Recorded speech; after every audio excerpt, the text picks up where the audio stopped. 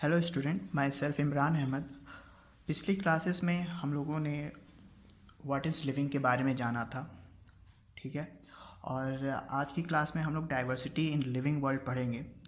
और इसमें बहुत सी टर्म्स हैं, बहुत सी कॉन्सेप्ट हैं जिसको समझना ज़रूरी है। ये टर्म्स जैसे डाइवर्सिटी हो गए, स्पीसीज़ हो गए, nomenclature, identification, binomial nomenclature, classification, taxa, taxonomy, systematics, है ना। बहुत से टर्म्स हैं, इसको एक एक करके हम समझेंगे। लेकिन समझने से पहले पिछले क्लास में मैंने आपसे एक क्वेश्चन पूछा था, उस क्वेश्चन का आज आंसर देना है मुझे। और अगर आप लोग दिए होंगे तो अच्छी बात है। ये क्वेश्चन था, patient lying in coma in hospital that is brain dead and have no self consciousness, are such patient living और नॉन लिविंग। तो ऐसे पेशेंट को हम लोग क्या कहेंगे, ये लिविंग है या नॉन लिविंग है। कई लोग के आंसर होंगे कि नॉन लिविंग है क्योंकि ये तो कॉन्शियस शो कर नहीं रहा है। कई लोग कहेंगे कि लिविंग है क्योंकि बाकी मेटाबॉलिज्म हो गए, सेल डिवीज़न है, ये सारे प्रोसेस उसमें हो रहे हैं, ठीक है, जो बाकी डिवाइनिंग फीचर है। लेकिन कॉन्शियसनेस तो है नहीं, तो इस वजह से चूँकि कॉन्शियस नहीं है और ये लिविंग ऑर्गेनिज्म का एक बेसिक फीचर है, इसलिए इसको हम लोग नाइदर लिविंग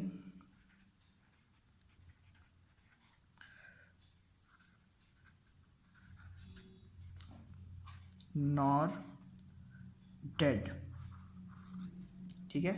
ना ही इसको हम लोग लिविंग कर सकते हैं, ना ही इसको डेड कर सकते हैं। ये लिविंग और नॉन लिविंग के बीच में है, ठीक है। अब अपने टॉपिक को हम स्टार्ट करते हैं, जो diversity in the living world है। बहुत अच्छे से समझने का कोशिश करेंगे और इसमें बहुत ज़्यादा मैंने एक्स्ट्रा नहीं ऐड किया है, जो भी है आपको एक परफेक्ट नॉलेज के लिए हेल्पफुल होगा, ठीक। तो about 5 to 30 million species of living organism exist on earth, ठीक है। बहुत बड़ा ये नंबर है। लेकिन क्या इतनी लिविंग स्पीसीज हम लोग को पता है, सारे के सारे हम लोग पढ़े हैं? नहीं जानते हैं, ठीक है। लेकिन ये एक एस्टिमेट डेटा है, ठीक। और इसमें से the number of species that are taxonomically और साइंटिफिकली नोन, ठीक, वो 1.7 to 1.8 मिलियन है। इतने बड़े डेटा में से इतना छोटा सा डेटा हम लोग निकाल रहे हैं, इसका क्या कॉज है? कहने का मतलब ये है कि हर एक स्पीसीज़ को पढ़ना, समझना, उसके कैरेक्टर को जानना बहुत मुश्किल है, ठीक है। और जो नए जगह है उसको हम लोग एक्सप्लोर करेंगे, ठीक। तो और पुराने भी दोनों में ही, अगर हम लोग पुराने को भी एक्सप्लोर करें माइक्रोस्कोपिक लेवल पे, तो वहाँ भी हम लोग को नए स्पीसीज़ देखने को मिलेंगे, क्योंकि इवोल्यूशन कंटिन्यू हो रहा है, ठीक है। और नए में तो मिलना ही है। तो ये 1.7 to 1.8 मिलियन डेटा जो है एनसीईआरटी में मेंशन है आपके, और इसको याद जरूर से रखिएगा। नेक्स्ट जो है वो बायोडाइवर्सिटी है, ठीक है। क्योंकि diversity in the living world, ये टॉपिक में डाइवर्सिटी वर्ड को रिप्रेजेंट कर रहा है, तो डाइवर्सिटी और बायोडाइवर्सिटी थोड़ा सा समझते हैं। डाइवर्सिटी मतलब भिन्नता, ठीक। लेकिन यहाँ बायोडाइवर्सिटी सिंपल सा है, द नंबर ऑफ स्पीसीज और type of organism present on earth is called biodiversity. ये बायोडाइवर्सिटी का छोटा सा डेफिनेशन है कि जो भी स्पीसीज की संख्या है, नंबर्स हैं, टाइप्स हैं ऑर्गेनिज्म के जो कि इस अर्थ पे प्रेजेंट है, उसको हम लोग बायोडाइवर्सिटी कह रहे हैं। क्लियर है? इसमें मैंने वर्ड यूज़ किया है स्पीसीज। ऑर्गेनिज्म तो पता होगा आपको। स्पीसीज का जो एग्जैक्ट डेफिनेशन है वो अर्नेस्ट मेयर के द्वारा दिया गया था, और बहुत से डेफिनेशन आए, लेकिन जो अभी हम फॉलो कर रहे हैं वो डेफिनेशन कुछ इस तरह से है। Species is defined age group of closely related organism, ठीक है। ये तो सबको बेसिक है, ग्रुप होंगे, आपस में रिलेटेड ऑर्गेनिज्म होंगे, ठीक है। Capable of interbreeding to produce fertile offspring, ठीक। इसका सबसे बड़ा इंपॉर्टेंस ये है कि इंटरब्रीड करेंगे और एक फर्टाइल ऑफस्प्रिंग को प्रोड्यूस करेंगे, ठीक। और तीसरा आप ये ले सकते हैं, क्लोजली रिलेटेड ऑर्गेनिज्म, ठीक है। तो तीन बात हो गया, स्पीसीज में तीन चीज़ जरूर होगी, क्लोजली रिलेटेड ऑर्गेनिज्म होंगे, इंटरब्रीडिंग करेंगे, और ब्रीडिंग के साथ वो फर्टाइल ऑफस्प्रिंग प्रोड्यूस करेंगे। अगर फर्टाइल ऑफस्प्रिंग नहीं प्रोड्यूस कर पा रहे हैं तो वो डेफिनेटली स्पीसीज नहीं होंगे। क्लियर है? तो ये डेफिनेशन आप लोग याद रखिएगा। नेक्स्ट है नोमेनक्लेचर। जब इतने सारे लिविंग ऑर्गेनिज्म हैं तो सबका आइडेंटिफिकेशन ज़रूरी है ना। आइडेंटिफाई करेंगे तो हम उसका नाम देंगे, नोमेनक्लेचर, है ना। किसी नाम से पुकारेंगे, हर लोकल एरिया में, लोकल रीजन में हर कोई अपने नाम से उस ऑर्गेनिज्म को आइडेंटिफाई करता है या पुकारता है, ठीक। लेकिन अगर वर्ल्ड लेवल की बात की जाए तो एक नाम दूसरे नाम पर जाकर वैरी कर जाता है, ये प्रॉब्लम होगा। इसलिए साइंटिस्ट ने ये सोचा कि एक ऐसा प्रोसेस निकालेंगे जिससे पूरे वर्ल्ड में जितने भी ऑर्गेनिज्म हैं या किसी पार्टिकुलर ऑर्गेनिज्म को हम एक ही नाम से पूरे वर्ल्ड में जानेंगे, ठीक है। तो इस प्रोसेस को हम लोग नोमेनक्लेचर कहते हैं। तो प्रोसेस ऑफ स्टैंडर्डाइजिंग, ये प्रोसेस हो गया स्टैंडर्डाइज करने के लिए। हमारे पास स्टैंडर्डाइज मास है जिसको हम लोग किलोग्राम कहते हैं, वैसे ही लेंथ का है। इसी तरह एक नाम का भी स्टैंडर्डाइजिंग प्रोसेस है जिसको हम लोग नोमेनक्लेचर कर रहे हैं। The naming of living organism such that a particular organism is known by the same name all over the world. Okay, अब आगे देखिए, नोमेनक्लेचर करेंगे तो नोमेनक्लेचर करने के लिए हमको पहले उसको आइडेंटिफाई करना जरूरी है, ठीक है। स्पीसीज है, सबका नाम होना चाहिए, लेकिन आइडेंटिफाई होगा तभी तुम उसको नोमेनक्लेचर या उसका नाम दे सकेंगे। जैसे मान लीजिए किसी पार्टिकुलर पर्सन का फेस कुछ यूनिक होगा, ठीक, उसके फेस से हम उसको आइडेंटिफाई करते हैं और तभी उसका वो नाम जानते हैं कि हाँ ये नाम फेस है तो इसका ये नाम है।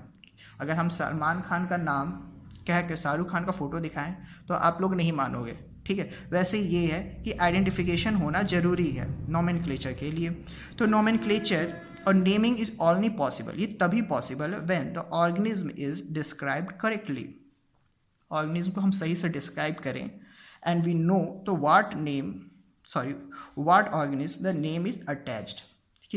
ये पॉसिबल होगा तब जब ऑर्गेनिज्म को सही से डिस्क्राइब किया जाए और उस ऑर्गेनिज्म के जुड़े हुए नाम को हम लोग समझ पाए। That is called identification. इस प्रोसेस को हम लोग आइडेंटिफिकेशन कहते हैं, ठीक है। उसको हमको डिस्क्राइब करना है, ठीक, पॉसिबल जितना हो अच्छे से उसको समझेंगे तभी उसका नोमेनक्लेचर होगा। तो ये आइडेंटिफिकेशन का प्रोसेस हो गया। आइडेंटिफिकेशन के बाद अब आता है रूल्स ऑफ नोमेनक्लेचर। नोमेनक्लेचर का जो रूल्स है इसमें सबसे पहले acceptable to biologist all over the world. ये जितने भी वर्ल्ड में बायोलॉजिस्ट हैं सबको एक्सेप्ट करना है। अगर नहीं करेंगे, मान लो कुछ लोग करें कुछ लोग नहीं करें, तो फिर इसका कोई मतलब नहीं रह जाएगा नोमेनक्लेचर का, ठीक है। ये एक्सेप्टेबल है ऑल ओवर द वर्ल्ड, चाहे बायोलॉजिस्ट हो चाहे कोई भी हो। Ensure that each organism has only one name. हर एक ऑर्गेनिज्म का सिर्फ एक नाम होना चाहिए, ऐसा नहीं कि एक ऑर्गेनिज्म का दो नाम कर दिया गया है। Description of any organism should enable the people in any part of the world to arrive at the same name. अगर डिस्क्रिप्शन हो रहा है, अगर उसकी वर्णन की जा रही है, उसके बारे में बताया जा रहा है, तो इस तरह से होना चाहिए कि हम उसी नाम को जान सकें, या अगर हमको नाम भी देना हो तो हम वही नाम उसका बना सकें, ठीक है। अगर नया ऑर्गेनिज्म भी मिल रहा है तो उसको भी नेमिंग करेंगे तो उसका नेमिंग करने का क्या तरीका होगा, ठीक, तो वो तरीका भी हमारा मिलना चाहिए। फॉलो यूनिवर्सली एक्सेप्टेड प्रिंसिपल, है ना। ये बात यहाँ आ गई कि वो प्रिंसिपल जो होगा यूनिवर्सली एक्सेप्टेड होगा जिससे हम लोग नेमिंग करेंगे। For naming and also ensure such a name has not been use for any other known organism. किसी भी पहले से ऑर्गेनिज्म का वो नाम नहीं किया गया हो, मतलब नाम पहले किसी का ना हो, वही नाम हम फिर से रख दें, ठीक। और ये दूसरा कि वो जो प्रिंसिपल होगा यूनिवर्सली एक्सेप्टेड होगा, यानी उसी तरीके से सारे लोग की जितने भी बायोलॉजिस्ट होंगे वो एनिमल्स की नेमिंग करेंगे। क्लियर है। अब बात आता है scientific names are based on agreed principle and criteria which are provided in. कुछ प्रिंसिपल है, कुछ क्राइटेरिया है जो कि कुछ ऑर्गेनाइजेशन कह सकते हैं हम लोग एक तरह से बने हुए हैं, वो उनका नाम करने का ही काम है, ठीक है। तो वैसे ऑर्गेनाइजेशन कुछ नाम एक्स्ट्रा मैंने ऐड कर रखा है, आपको जानने की ज़रूरत है। लेकिन हमारे पास दो जो है जिसमें ICBN और ICZN आता है जो NCERT में मेंशन है, ये बहुत इंपॉर्टेंट है। क्वेश्चन इससे आया भी है और मे बी फ्यूचर में आ सकता है।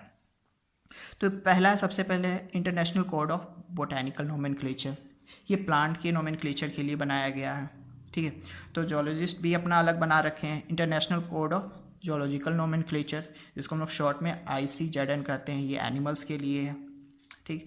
पहला लेटर सबका लेकर हम लोग इसका शॉर्ट फॉर्म बना दिए हैं। तो कभी कभी शॉर्ट फॉर्म से इसका फुल फॉर्म पूछता है एग्ज़ाम में, ठीक है, या एक दे देगा उसमें कई तरह अलग अलग तरह का शॉर्ट फॉर्म का लॉन्ग फॉर्म रहता है, ठीक। International code of nomenclature of bacteria, bacteria के लिए भी एक इंटरनेशनल कोड बना हुआ है, ठीक, जिससे बैक्टीरिया के नोमेनक्लेचर किए जाते हैं।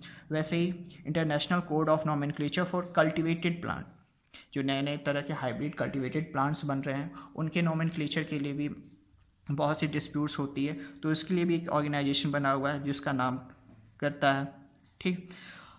जो नेक्स्ट है international code of virus classification and nomenclature, ये अपने आप में एक अनूठा ऑर्गेनिज्म नहीं कहा जा सकता है क्योंकि ये लिविंग तो है नहीं, ठीक है। तो इस क्लासिफिकेशन के लिए भी एक organization international code of, organization में कोड्स लिखे गए हैं, ठीक है, रूल्स हैं जो कि उसको फॉलो कर रहे हैं। ये ऑर्गेनाइजेशन पूरी तरह से नहीं कहना सही होगा, ठीक है, ये इंटरनेशनल कोड्स है, ठीक है, जो वायरस की क्लासिफिकेशन और नोमेनक्लेचर के लिए लिखा जा रहा है, ठीक। अब आगे आता है बाइनोमियल नोमेनक्लेचर। बाइनोमियल नोमेनक्लेचर आपके लिए इम्पॉर्टेंट हो जाता है क्योंकि NCERT में इसके कुछ रूल्स लिखे हुए हैं जो मैंने यहाँ लिख रखा है, लेकिन ये बाइनोमियल नोमेनक्लेचर किसने दिया, ठीक है, इसमें क्या है, ठीक। तो सबसे पहले तो इसको देने वाले थे जो महान साइंटिस्ट कार्लस लिनियस, जो क्लासिफिकेशन का प्रोसेस स्टार्ट हुआ इन्हीं ने स्टार्ट किया था। फिर process it provide a name with 2 component, इसमें 2 कंपोनेंट होगा, नाम से ही पता चल रहा है, बाइनोमियल नोमेनक्लेचर 2 वर्ड फॉर्मेट है, इसमें 2 कंपोनेंट होगा, एक जेनेरिक नेम को रिप्रेजेंट करेगा और दूसरा स्पेसिफिक एपिथेट को रिप्रेजेंट करेगा। इसको हम लोग स्पीसीज भी कहते हैं, ये स्पीसीज को रिप्रेजेंट करता है, ठीक है, इसे यहाँ पे स्पेसिफिक एपिथेट लिखा है मैंने। यूनिवर्सली एक्सेप्टेड है, अभी हम लोग ज़्यादातर इसी को यूज़ कर रहे हैं, अभी आपको बाद में बताएंगे कि ट्राइनोमियल नोमेनक्लेचर भी है, तो यूनिवर्सली एक्सेप्टेड है, ठीक। अब इसमें रूल क्या है बाइनोमियल नोमेनक्लेचर का, बहुत सिंपल सा है, याद रखने का है। अगर आप इसको एक बार समझ जाएंगे तो आपको भी पता चलेगा कि क्या साइंटिफिक नेम किस तरह से इन्फॉर्मेशन हम लोग को देता है और यह साइंटिफिक नेम अगर किसी का रखना है तो कैसे रखेंगे। पहला रूल क्या है, biological names are generally in Latin, biological name जितने भी होते हैं टफ होते हैं याद करने में, लिखने में, ठीक है, बोलने में भी। तो ये जो वर्ड्स आते हैं वो लैटिन वर्ड्स होते हैं एक्चुअली में, और इनको लिखा जाता है आइटैलिक फॉर्म में, ठीक है। प्रिंटेड अगर लेटर आप लोग देखेंगे तो ऐसे झुके हुए रहते हैं, वो आइटैलिक्स, उनका वो जो फॉर्मेट होता है आइटैलिक कहा जाता है, और उनका ओरिजिन जो होता है वो लैटिन होता है। जितने भी लैटिन वर्ड्स होते हैं उनको हम लोग आइटैलिक में लिखते हैं। दे आर लैटिनाइज्ड और derived from the Latin irrespective of their origin, कुछ भी उसका ओरिजिन हो वर्ड्स का, उसको हमको लैटिन में कन्वर्ट करना है, ठीक है। जैसे डॉग है, डॉग एक इंग्लिश वर्ड है, उसको हम लोग अगर कन्वर्ट करेंगे लैटिन में तो लैटिन में डॉग को कहते हैं कैनेडाई, ठीक है। तो कैनेडाई वर्ड जो हो गया आपका लैटिनाइज्ड वर्ड हो गया डॉग को, तो हम खुद से भी चाहे तो उसको वर्ड को ट्रांसलेट करके उसका साइंटिफिक नेम निकाल सकते हैं। तो first word in a biological name represent the genus, पहला वर्ड बायोलॉजिकल नेम में जीनस को रिप्रेजेंट करता है, हाइल द सेकेंड कंपोनेंट, जो फर्स्ट वर्ड हो गया वो जीनस हो गया, और सेकेंड कंपोनेंट जो होगा वो स्पेसिफिक एपिथेट जो कि स्पीसीज को रिप्रेजेंट करेगा। क्लियर है। जीनस के बारे में मैं बताऊंगा क्या होता है जीनस नेक्स्ट क्लास में। Both the word in the biological name when hand written are separately underline, ठीक है, जब हैंड रिटन होगा तो इसको हम लोग अंडरलाइन करना होगा, और जब प्रिंटेड फॉर्म में होगा, जब प्रिंटेड फॉर्म में होगा तो इसको आइटैलिक में लिखेंगे हम लोग। इससे ये रिप्रेजेंट होगा कि इसका ओरिजिन लैटिन है, इसको हम लोग लैटिन ओरिजिन से इसको लिया गया है। जैसे हमारे इंग्लिश का जो वर्ड लिया जाता है वो रोमन वर्ड्स होते हैं, ठीक है। वैसे ही यहाँ पे जो एटेलिक वर्ड्स हैं उसको हम लोग लैटिनाइज्ड कर रहे हैं। तो first word denote the genus start with capital letter. कभी भी हैंड रिटन लिखें या प्रिंटेड फॉर्म में लिखें तो पहला लेटर, फर्स्ट वर्ड जो होगा वो कैपिटल लेटर में होना चाहिए, और जो स्पेसिफिक एपिथेट होगा यानी जीनस का कैपिटल लेटर में होगा, और जो हमारा स्पेसिफिक एपिथेट यानी स्पीसीज जो होगा वो स्मॉल लेटर से लिखा जाएगा, ठीक है। Clear? It can be illustrated with the example of Mangifera. हम लोग मैंगिफेरा के एग्जाम्पल से इसको देख सकते हैं। मैं यहाँ पर हैंड रिटन फॉर्म में लिखा हूँ इसलिए इसको सेपरेटली अंडरलाइन किया हूँ। पहला लेटर कैपिटल है और जो सेकंड लेटर है जो कि स्पेसिफिक एपिथेट है वो स्मॉल से स्टार्ट किया गया है। क्लियर है? जो फिफ्थ पॉइंट है, name of the author appear after the specific epithet. कई बार ऑथर का जो उसका नाम दिया है उसके नाम को लास्ट में हम लोग इंडिकेट करते हैं साइंटिफिक नेम के बाद या बायनोमिनल नॉमेनक्लेचर के बाद, ठीक, at the end of biological name and written in abbreviated form. और इसको शॉर्ट में लिखेंगे, पूरा कंप्लीट नहीं। जैसे यहाँ पर मैंगिफेरा इंडिका लिन है तो ये कार्लोस लिनियस को रिप्रेजेंट कर रहा है जिसका इसका ऑथर है, ठीक। तो जेनरिक नेम और स्पेसिफिक एपिथेट ये दो मिलके बायनोमियल नॉमेनक्लेचर बनता है, याद रखिएगा। और अगर उसके साथ ऑथर का काइटेशन प्रेजेंट है, ठीक है, ऑथर का नाम शॉर्ट में प्रेजेंट है तो उसको हम लोग क्या कहेंगे? बायनोमियल एपिथेट, ठीक। ये बायनोमियल नॉमेनक्लेचर और बायनोमियल एपिथेट में डिफरेंस है, ठीक। तो ये पूरा कंप्लीट जो होगा मैंगिफेरा इंडिका लिन ये बायनोमियल एपिथेट रिप्रेजेंट करेगा, और बायनोमियल नॉमेनक्लेचर यानी साइंटिफिक नेम को रिप्रेजेंट करना पड़ेगा हमको, तो मैंगिफेरा इंडिका कहेंगे। ओके। जो नेक्स्ट है हमारा ट्राइनोमियल नॉमेनक्लेचर। ये बहुत इंपॉर्टेंट नहीं है लेकिन बायनोमियल नॉमेनक्लेचर है तो ट्राइनोमियल भी जान लीजिए। ये प्रपोज किया गया था लैमार्क के द्वारा। लैमार्क इसको दिए थे ट्राइनोमियल नॉमेनक्लेचर को। It involve 3 word format. इसमें 3 वर्ड को मिला के इसको बनाया गया है, इसलिए इसको ट्राइनोमियल कह रहे हैं नॉमेनक्लेचर, ठीक है। पहला जेनेटिक नेम जो कि जेनरिक नेम भी कहते हैं, जेनेटिक नेम को हम लोग जेनरिक नेम कह रहे हैं। स्पेसिफिक एपिथेट, ठीक है। यहाँ तक तो हमारा बायनोमियल नॉमेनक्लेचर आता था, लेकिन एक तीसरा वर्ड ऐड होगा जो कि एनिमल में अलग होगा और प्लांट में अलग होगा। एनिमल में हम लोग सब स्पेसीज वर्ड यूज़ करेंगे और प्लांट में वैरायटी यूज़ करेंगे, तो स्पेसीज और सब वैरायटी ऐड हो जाएगा। तो इस तरह से फर्स्ट, सेकेंड और थर्ड ये 3 वर्ड का लेटर हो गया, 3 वर्ड फॉर्मेट हो गया, और ये इसको हम लोग ट्राइनोमियल नॉमेनक्लेचर कर रहे हैं। याद रखने की बात है, वैरायटीज़ प्लांट के लिए यूज़ कीजिएगा और सब स्पीसीज एनिमल के लिए यूज़ करेंगे। तो इंडियन क्रो हम लोग ट्राइनोमियल नॉमेनक्लेचर में कैसे बोलेंगे? कॉर्वस स्प्लेंडेंस स्प्लेंडेंस, ठीक है। इंडियन बबूल, नाम मिलता जुलता है। अकेसिया निलोटिका इंडिका, यहाँ पर इंडिका जो है वर्ड ये वैरायटीज़ को रिप्रेजेंट कर रहा है, स्प्लेंडेंस जो है एनिमल के सब स्पीसीज को रिप्रेजेंट कर रहा है। वैसे ही गोरिल्ला को हम लोग गोरिल्ला कह रहे हैं, तो यहाँ भी गोरिल्ला एनिमल के सब स्पीसीज को रिप्रेजेंट कर रहा है। आई होप क्लियर है आपको ये। जो अब नेक्स्ट है हमारा क्लासिफिकेशन जो कि नॉमेनक्लेचर होगा, नाम हम कर रहे हैं तो नाम करने के बाद क्लासिफाई भी करना होगा, सिर्फ नाम से तो पॉसिबल नहीं है। तो क्लासिफिकेशन एक प्रोसेस है, ठीक है। जैसे मैंने क्लासिफिकेशन का यहाँ डेफिनेशन लिखा है, it is the process by which anything is grouped into convenient categories। Classification होता है हर जगह, स्कूल कॉलेज में भी आप देखोगे क्लासरूम बटे हुए सेक्शंस में, ठीक है। सेक्शन भी अलग अलग रोज़ में बटे रहते हैं, ठीक है। हर रो में अलग अलग बच्चे अपने अपने ग्रुप के साथ बैठते हैं, ठीक। तो ये इस तरह से क्लासिफिकेशन है बेस्ड ऑन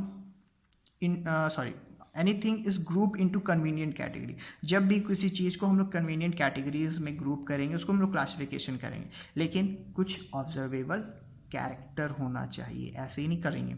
यहाँ भी कुछ जैसे plant, animal, dog, cats, insects, ये सब एग्जांपल मैंने लिया है। ये सब कहीं ना कहीं कुछ क्लासिफिकेशन प्रोसेस को शो कर रहा है। ये अपने आप में प्लांट के ग्रुप को अलग कर रहा है, एनिमल्स के ग्रुप को अलग कर रहा है, डॉग्स के ग्रुप को अलग कर रहा है। डॉग्स में भी बहुत से आपको स्पीसीज देखने को मिलते हैं, जैसे जर्मन शेफर्ड है, लैब्राडोर है। कैट्स के भी अलग अलग स्पीसीज़ हैं, लेकिन सारी की सारी कैट्स हैं, डॉग्स भी एक हैं। इंसेक्ट्स भी बहुत अलग अलग तरह के स्पीसीज प्रेजेंट हैं। ठीक, तो ये वर्ड्स जो हमारे हैं ये साइंटिफिक वर्ड्स नहीं हैं, साइंटिफिक टर्म्स नहीं है, तो हमको इसको साइंटिफिक टर्म में यानी साइंस के लैंग्वेज में बोलना पड़ेगा। तो इस टर्म्स के लिए हम लोग एक वर्ड यूज़ करते हैं टैक्सा। ठीक है, ये खुद में एक प्लूरल वर्ड है, इसका सिंगुलर होता है टैक्सॉन। तो the scientific term for these category, इन सारी कैटेगरीज के लिए जो क्लासिफिकेशन से बन रही है, जैसे प्लांट, एनिमल्स, इंसेक्ट्स, डॉग्स, है ना, इसको हम लोग क्या कह रहे हैं, टैक्सा करें। और ये अलग अलग लेवल पे रिप्रेजेंट करेगा। जैसे कि डॉग्स लें तो डॉग्स क्या है, एक एनिमल है, ठीक है, लेकिन एनिमल होने से पहले वो क्या है, मैमल्स है, और मैमल एनिमल्स में आते हैं। तो डॉग्स, मैमल्स, एनिमल्स, यानी डॉग्स ही, जितने डॉग हैं वो सारे मैमल्स हैं, ठीक है, और जितने मैमल्स हैं वो सारे एनिमल्स हैं। तो हर एक टर्म एक अलग लेवल पे एक अलग पार्टिकुलर ग्रुप को रिप्रेजेंट कर रहा है, और इस ग्रुप को हम लोग टैक्सा कह रहे हैं। और सिंगुलर में कहेंगे, अगर मैमल्स की बात करें तो टैक्सॉन कहेंगे। ठीक है, तो डॉग्स भी टैक्सा है, मैमल्स भी टैक्सा है, एनिमल्स भी टैक्सा है, सब टैक्सा को रिप्रेजेंट कर रहा है। ठीक, और इसी प्रोसेस को the living organism can be classified. इस प्रोसेस को कहने का मतलब कि ऑर्गेनिज्म को हम लोग क्लासीफाई कर रहे हैं। अब क्लासीफाई करने के बाद डिफरेंट टैक्सा को उसकी कैरेक्टरिस्टिक पर अलग अलग ग्रुप में बांट रहे हैं, और इस प्रोसेस के क्लासिफिकेशन को हम लोग क्या कह रहे हैं, टैक्सोनॉमी कह रहे हैं। टैक्सोनॉमी का यहाँ पर डेफिनेशन अच्छा सा लिखा हुआ है, all the living organism can be classified into different taxa. ठीक है, बेस्ड ऑन कैरेक्टरिस्टिक, कुछ कैरेक्टरिस्टिक बेस पर हम लोग सारी लिविंग ऑर्गेनिज्म को अलग अलग टैक्सा में डिवाइड करते हैं। ठीक, और इसी प्रोसेस को, क्लासिफिकेशन को हम लोग क्या कहते हैं, टैक्सोनॉमी कह रहे हैं। क्लियर है। अब यहाँ पे टैक्सोनॉमी का दो अलग अलग टाइप बता रहा हूँ, एक क्लासिकल है और एक मॉडर्न है। तो नाम से पता चल रहा है क्लासिकल बहुत पहले चलता होगा और मॉडर्न नया वाला है, तो हम लोग दोनों पढ़ लेंगे थोड़ा थोड़ा, लेकिन ज़्यादा ध्यान रखना है मॉडर्न टैक्सोनॉमी पे। ठीक, जो क्लासिकल टैक्सोनॉमी है, it is based on observable morphological character. ठीक है, ये मॉर्फोलॉजिकल कैरेक्टर पे बेस्ड था, यानी ऊपर से कैसा दिखता है उसके बेसिस पे हम लोग क्लासिफिकेशन कर दिए थे। ठीक है, और उसी के बेसिस पर टैक्सोनॉमी था। लेकिन जो मॉडर्न टैक्सोनॉमी है ये बहुत ज़्यादा एलोब्रेट है और काफ़ी अच्छे से इसको बनाया गया है। इसका बेस्ड क्या है, ठीक है, और बेस की बात की जाए तो एनसीईआरटी इसको बेसिस वर्ड यूज़ किया हुआ है। ठीक है, एनसीईआरटी में बेसिस टर्म भी यूज़ किया गया है। तो external structure, internal structure, cell structure, development process, ecological information, ये सारी चीज़ को मिला के मॉडर्न टैक्सोनॉमी को बनाया गया है। तो बाहर से कैसा दिखता है, उसका इंटरनल स्ट्रक्चर कैसा है, सेल का टाइप कैसा है, सेल का स्ट्रक्चर कैसा है, ठीक है, डेवलपमेंट प्रोसेस कैसा है, डायरेक्ट है कि इनडायरेक्ट है, इकोलॉजिकल इंफॉर्मेशन कैसा है, किस जगह वो रहता है, कैसे वो सर्वाइव करता है, खुद को प्रोटेक्ट करता है कैसे, खाने का हैबिट क्या है, ये सारा कुछ मिलाकर मॉडर्न टैक्सोनॉमी को बनाया गया है। तो जो process that are basics to taxonomy, ये थोड़ा सा समझने का और डिफ्रेंशिएट रखने की बात है कि बेसिक और बेसिस में डिफरेंस है। बेस्ड कहने का मतलब ये आपको, ये ज़रूरी है, लेकिन जो बेसिक है ये एक प्रोसेस है खुद में। तो कैरेक्टराइजेशन, आइडेंटिफिकेशन, क्लासिफिकेशन और नोमेनक्लेचर आ जाता है।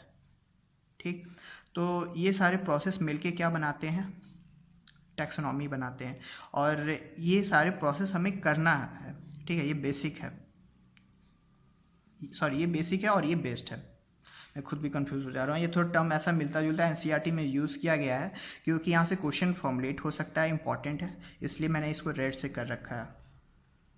ठीक, तो जो टैक्सोनॉमी के फादर ऑफ टैक्सोनॉमी बहुत इंपॉर्टेंट है। जब इतना टैक्सोनॉमी का बात हो रहा है तो फादर ऑफ टैक्सोनॉमी भी हमको जानना चाहिए। वो फादर ऑफ टैक्सोनॉमी हमारी एरिस्टोटल है, ठीक है।